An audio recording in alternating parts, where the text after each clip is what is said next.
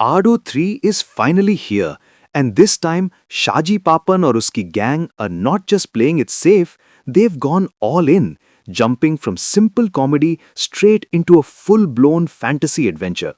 The concept feels quite out of the box, as the film keeps toggling between present and past, where the same characters also step into the shoes of their historical ancestors.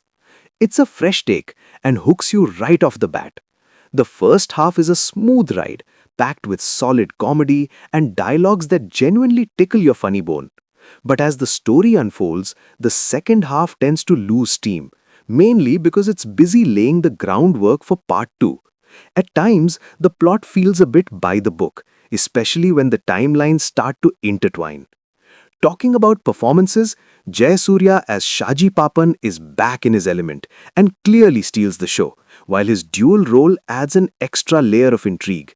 Vinayakan walks away with the spotlight in almost every scene he's in, and the gang's chemistry remains the heart and soul of the film. That said, the period portions sometimes go a bit over the top, and a few characters get the short end of the stick in terms of screen time. On the technical front, the film mostly hits the nail on the head, especially with its cinematography and production design. The historical sequences are a visual treat, though some CGI moments don't quite make the cut and feel slightly off. A tighter edit could have worked wonders in keeping things crisp and on point. Music is another feather in its cap. The background score and nostalgic themes strike the right chord. However, a couple of songs feel like speed breakers, interrupting the overall flow. All in all, Aadu 3 is a bold swing that dares to push the envelope. It's not flawless and does feel a bit stretched, but it manages to keep the audience entertained for the most part. If you're already a fan of the Aadu franchise, you'll have a field day.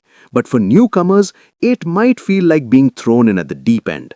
Final verdict, this film is clearly setting the stage for something bigger, and now all eyes are on part 2 to see if it brings the house down.